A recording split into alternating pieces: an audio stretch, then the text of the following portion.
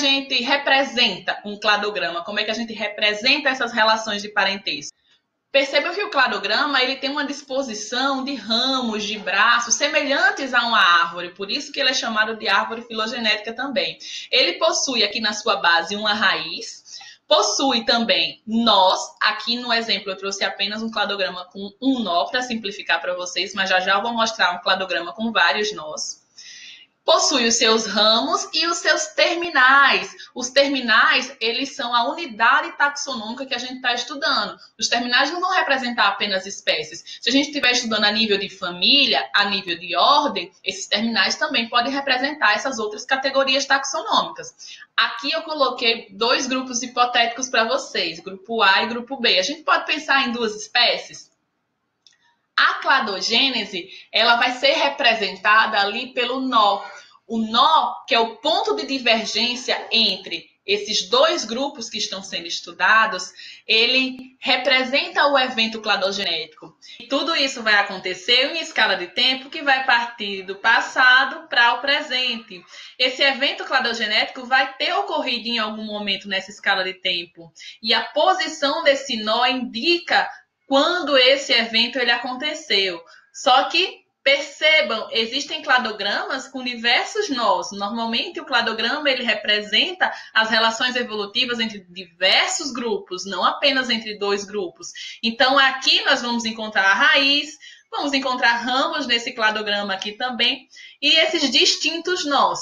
Aqui na porção superior, os terminais, que são os grupos que estão sendo analisados, e uma escala de tempo específica. Só que percebam que pela representação que a gente vê aqui nesse cladograma, existe uma distância que é sempre a mesma entre um nó e outro, fazendo então com que a gente pense que existe eventos cladogenéticos que se sucedem com a mesma distância de tempo, ou seja, com o mesmo intervalo de tempo entre um e outro. Mas, na verdade, esse é um cladograma de tempo relativo. Percebam que, apesar das distâncias serem as mesmas, ele não representa exatamente o tempo em que aquele evento cladogenético aconteceu, porque esse tempo utilizado nessa representação é um tempo relativo. No entanto, existem cladogramas que são realizados com base em tempos absolutos. Neles, sim, a gente vai conseguir saber exatamente quando o evento cladogenético aconteceu e essas distâncias entre um nó e outro vão ser distintas, vão ser diferentes, nem sempre serão as mesmas, o que vai fazer com que a gente consiga inferir os momentos em que esses eventos cladogenéticos aconteceram.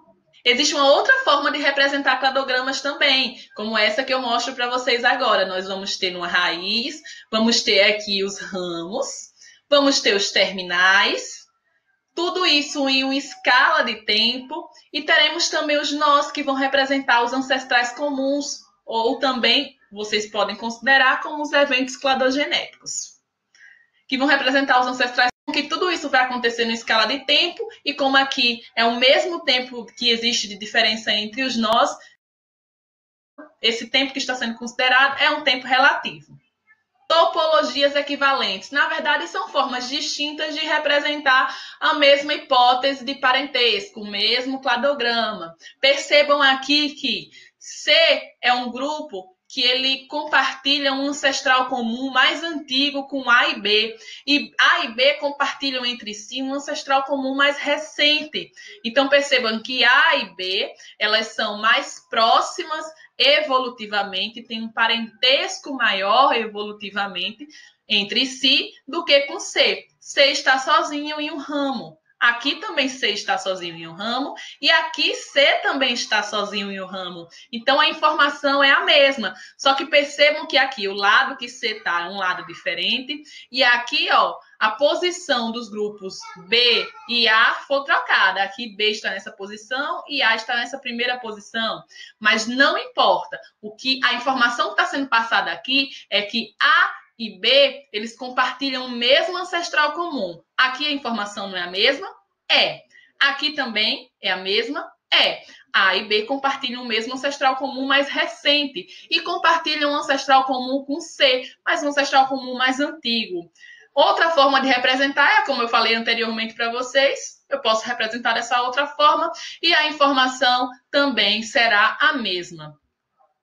Grupos irmãos são aqueles grupos que eles partem de um mesmo nó, ou seja, eles têm um ancestral em comum. Então, grupos que possuem o mesmo ancestral em comum são chamados grupos irmãos.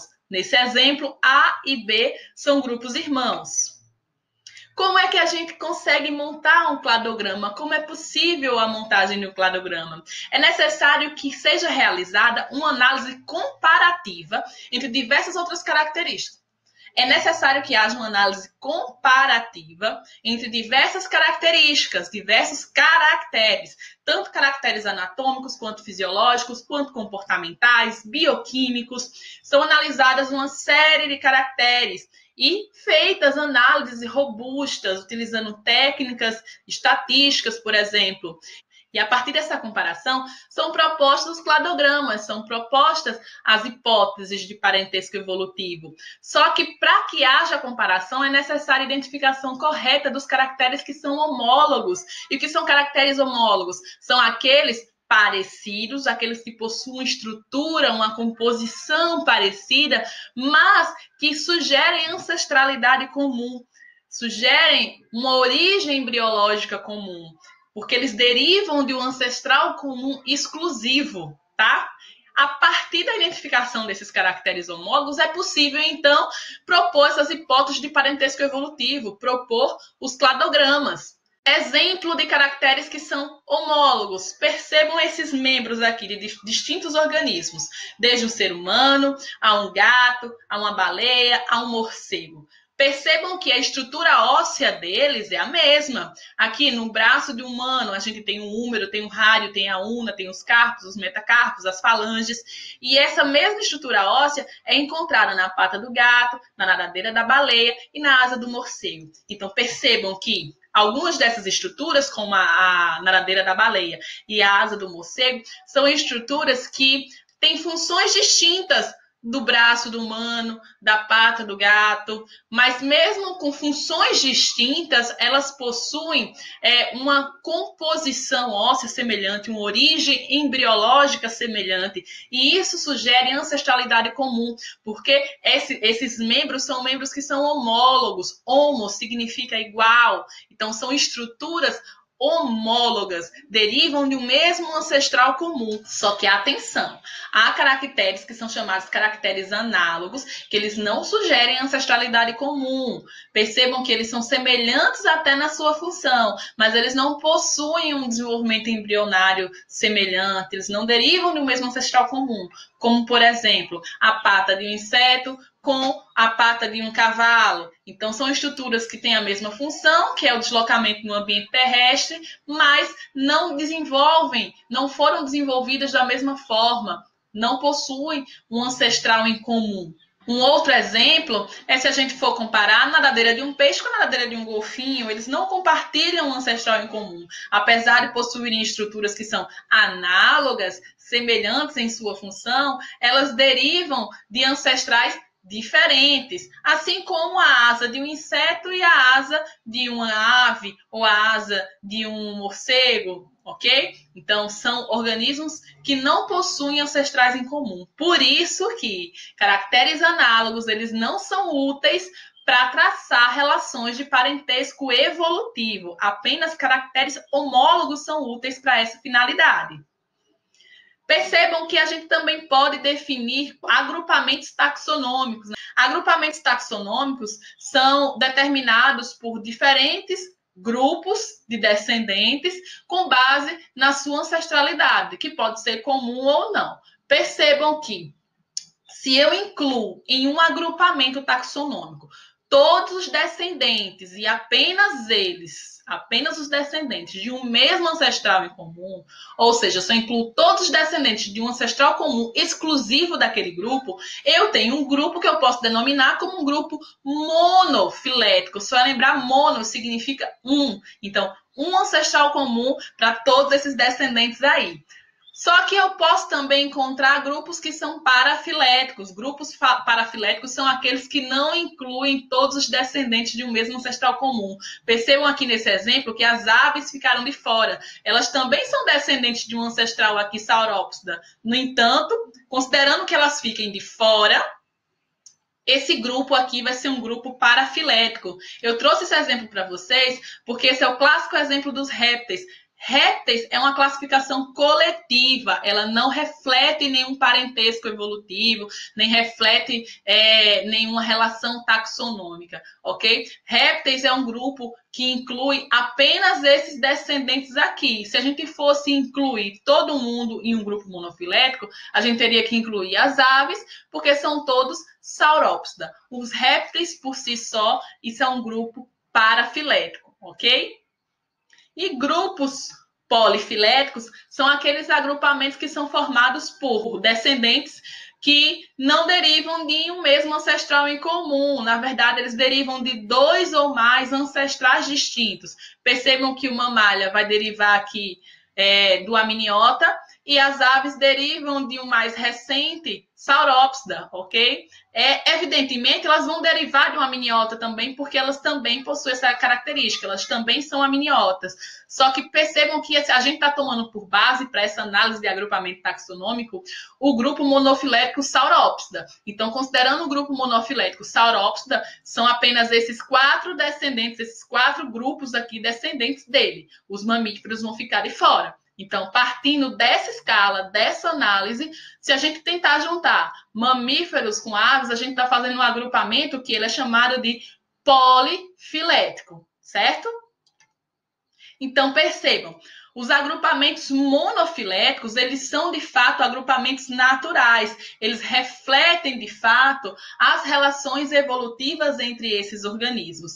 Então, agrupamentos monofiléticos são aqueles que são buscados quando se elabora propostas de parentesco, quando se elabora cladogramas.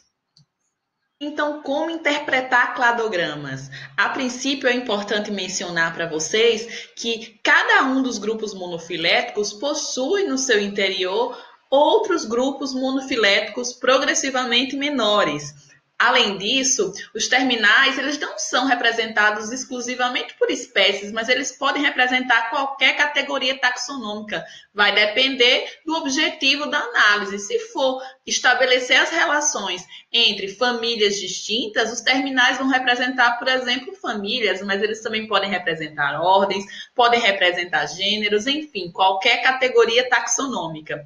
Se a gente for utilizar as características mais basais para análise, a gente percebe que elas vão estar presentes em todos os grupos terminais. Aqui, por exemplo, uma característica basal, ela vai estar presente em X, D, C, A e B, em todos os grupos. Porém, se a gente for considerar uma característica um pouco mais derivada, 2, a característica 2 ou caractere 2, que pode ser qualquer uma daquelas características que a gente já falou anteriormente, tanto um caractere anatômico, quanto fisiológico, quanto comportamental, vai depender da análise que está sendo feita. O caractere 2, por exemplo, ele vai estar presente nos grupos D, C, A e B, mas não vai estar presente em X.